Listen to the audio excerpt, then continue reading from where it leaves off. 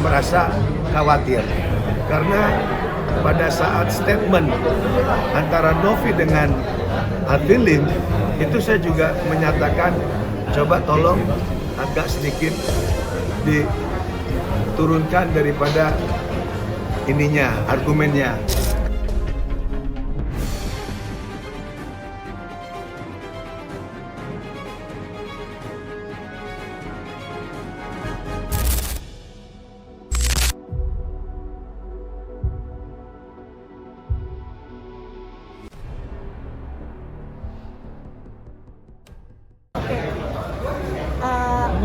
Nih malam nih bang, bang, lu apa gua?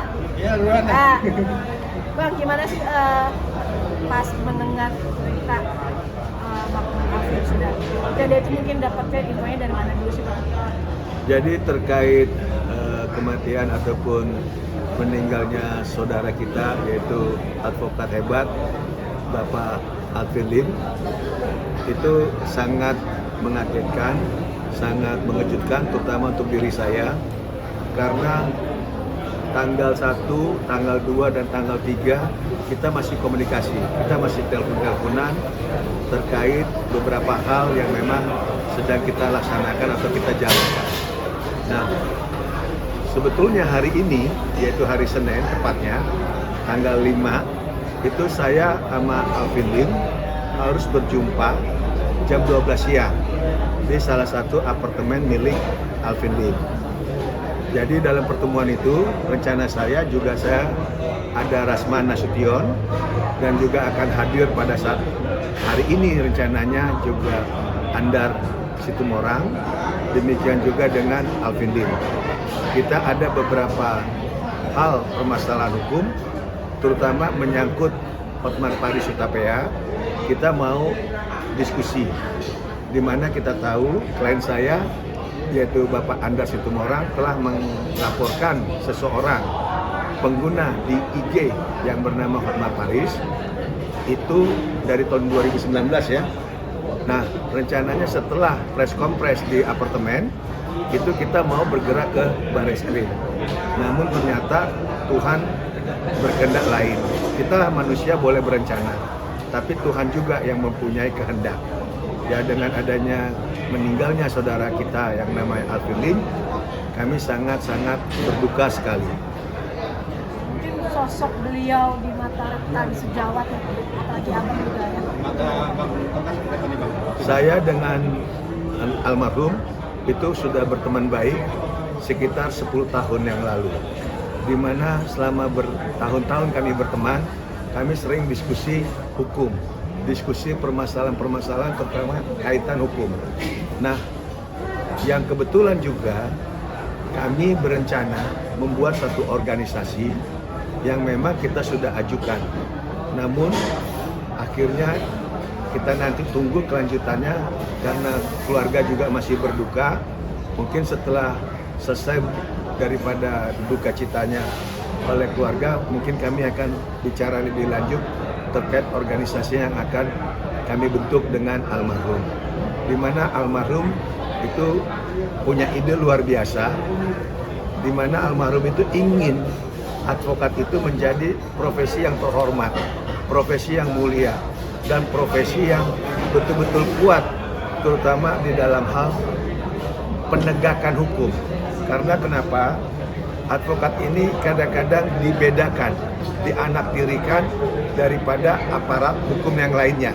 Sementara kita ini equal dengan aparat hukum, baik itu polisi, hakim, dan jaksa.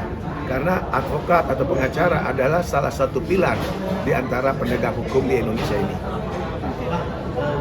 Banyak yang memuji almarhum Bang ya, dalam dia berani, lantang, dan mengeluarkan keberanian. Abang melihatnya seperti itu juga, sosok Alvin? Kalau saya lihat sosok daripada Alvin Lim, itu orang berani banyak, orang yang asal kuar-kuar banyak, tapi mereka rata-rata tidak ada knowledge, tidak ada dasar hukum. Alvin Lim itu dia berani dan juga dia kuat di dalam argumen hukumnya, sehingga kami yakin bahwa apa yang diterapkan, apa yang ucapkan apa yang diperjuangkan oleh saudara kita yaitu almarhum Alvin Lim itu adalah betul-betul sebagai sosok seorang advokat yang memang sosok seorang advokat itu kan officium nobile, profesi yang mulia, profesi yang mandiri, tidak bisa terintervensi, tidak bisa diintimidasi. Nah, sosok Alvin Lim itulah ada di dia. Bang, tapi banyak juga yang kata membuli dia, Bang. Gimana pendapat Abangnya, Bang? Kalau masalah bully itu kan pro dan kontra ya. Itu kan tidak semua orang suka akan diri kita. Termasuk juga daripada almarhum Alvin Lim. Pasti ada orang juga yang kontra. Tapi kalau kita ambil angka 1 sampai 10, saya yakin 8 itu adalah orang yang memang suka Alvin Lim. Karena tadi, selain berani, dia punya argumen hukum yang kuat. Oke, Bang, mungkin ini kan beliau sudah wafat, mungkin berarti kan secara tidak langsung proyek-proyek yang kerjasama dengan Bang Alvin ini seperti apa nanti ke depannya, Bang? Nah, ini proyek-proyek yang akan kita lanjutkan ke depan, baik itu dengan LQ, baik itu dengan organisasi kita, ataupun pekerjaan yang lain, itu masih nanti kita bicara dengan pihak keluarga. Karena secara lisan dan didengar pihak keluarga juga kita sudah ada ditunjuk oleh Alvin Lim untuk kantor operasional. Nah, namun kita sangat sayangkan ternyata kehendak lain. Alvin Lim telah berpulang ke rumah Bapak di surga. Terakhir komunikasi kapan, Bang? Terakhir komunikasi tanggal 3 Januari 2025. Tanggal 1, tanggal 2, tanggal 3. Nah, tanggal 5 kita mau bertemu, yaitu di apartemennya Alvin Lim.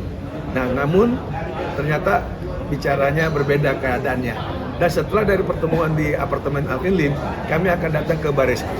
Namun ternyata tanggal 5 ini bukannya kita bertemu, malah ketemunya di depan rumah Heaven ini.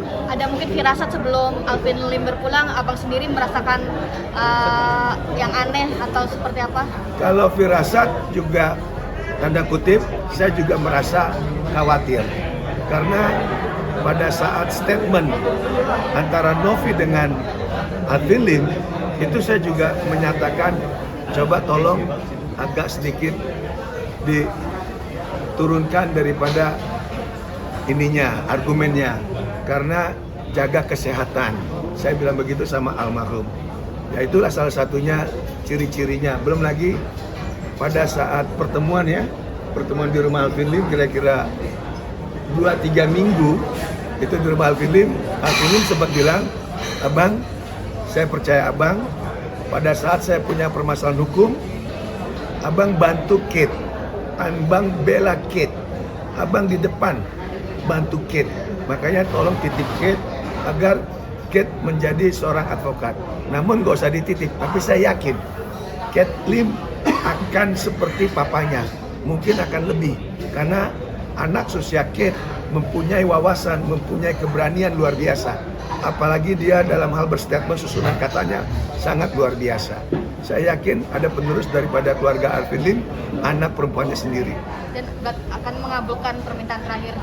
Pasti, karena kita sebagai teman, sebagai sahabat, kami akan saling menjaga, terutama bagaimana Kate menjadi seorang advokat yang diharapkan almarhum papanya.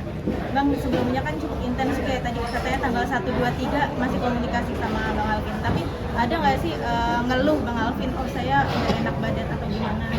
Tidak ada sama sekali, karena yang dia cerita tentang prospek pekerjaan aja. Sakit. Dan dia tidak pernah bicara tentang sakitnya. Itu yang saya senang sama sahabat saya Alvin Lim ini.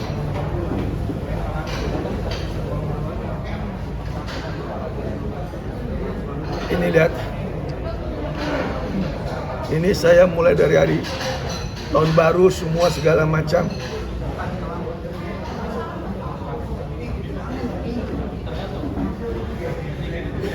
Nah, jadi tanggal 1, tanggal 2, tanggal 3 kita masih WA, kita masih telepon-teleponan, ngucapin Happy New Year dan seterusnya. Namun tanggal 5 ini kita mau ketemu di apartemen milik almarhum, bukannya ketemu di apartemen, malah di tempat ini. Terkejut nggak sih Bang ternyata? Sangat-sangat terkejut, karena kenapa? Kita yakin pengobatan yang sedang dilakukan oleh saudara saya ini Alvin Lim mungkin adalah pengobatan yang paling terbaik. Artinya pihak keluarga begitu sangat intens, sangat antusias untuk menjaga kesehatan Alvin Lim. Namun ternyata ya kekuatan itu juga ada batasnya. Akhirnya dia menghadap Bapa di surga. Itu sebagai kaget mendengarnya, pukulan juga bagi kita ya. Bang, ada yang nanya nih Bang, berarti dengan tinggalnya Alvin berarti semua laporan terhadap dia gugur gitu Bang, atau gimana Bang? Atau masih... Kalau di dalam aturan hukum, yaitu adalah kalau memang orang yang sebagai terlapor telah meninggal dunia, maka laporan yang terhadap almarhum itu dengan gugur dengan sendirinya. Termasuk juga laporan dia ke pihak lain, itu akan gugur tanpa perlu dicabut. Bang, sedikit update, tadi kan perihal Abang ada rencana, mungkin ada masih tetap melanjutkan untuk bikin laporan di Barreskrim Bang, atau sampai apa? Seperti tadi kita bicara, karena ini masih suasana duka, saya tidak akan bicara tentang kasus dulu, terkait rencana, program, dan segala macam. Mungkin setelah keluarga juga tenang, kami akan diskusi lagi ulang bagaimana rencana kami ke depan terkait apa ide-ide daripada almarhum yang belum sempat dilaksanakan. Terutama juga pembukaan kantor yang di Surabaya. Itu tadi saya ketemu kepala cabangnya, sebenarnya juga hari ini dia harus buka cabang di Surabaya. Namun ternyata berbeda. Berarti tetap ada organisasi tetap berjalan akan ditunda dulu gitu Bang? Bukan ditunda, kami akan bicara dengan pihak keluarga untuk kedepannya bagaimana. Karena ini merupakan amanah orang yang sudah mendahului. Namanya amanah kan nggak bisa kita katakan di awal hari ini, sebelum kita diskusi dengan pihak keluarga. Berarti hari ini banyak agenda yang harus dihadiri. Banyak sekali agenda yang harus kami hadirin, terutama juga selain press conference yang ada di apartemennya beliau, kedua juga kami harus ke Barreskrim, dan yang ketiga harus ke Surabaya terkait pembukaan kantor cabangnya. Namun ternyata malah saya yang di sini untuk ketemu almarhum. Bang, melihat tadi di dalam Abang bertemu dengan anak dan istri Bang Alvin, mungkin bisa diceritakan sedikit Bang, seperti apa? Istrinya itu sangat terpukul karena istrinya sangat mencintai sosok Alvin Lim. Demikian juga Kate. Kate itu kan anak Alvin Lim satu-satunya. Kate itu begitu dekat dan sangat mengidolakan papanya. Dan papanya itu adalah mentornya si Kate selama hidup daripada Alvin Lim. Dan otomatis tadi saya ketemu Kate, Kate begitu kepukul dan begitu rapuh. Tapi saya kasih tahu si Kate bahwa jangan takut, kami masih ada dan Kate tidak akan pernah sendiri. Kami akan siap selalu ada untuk Kate.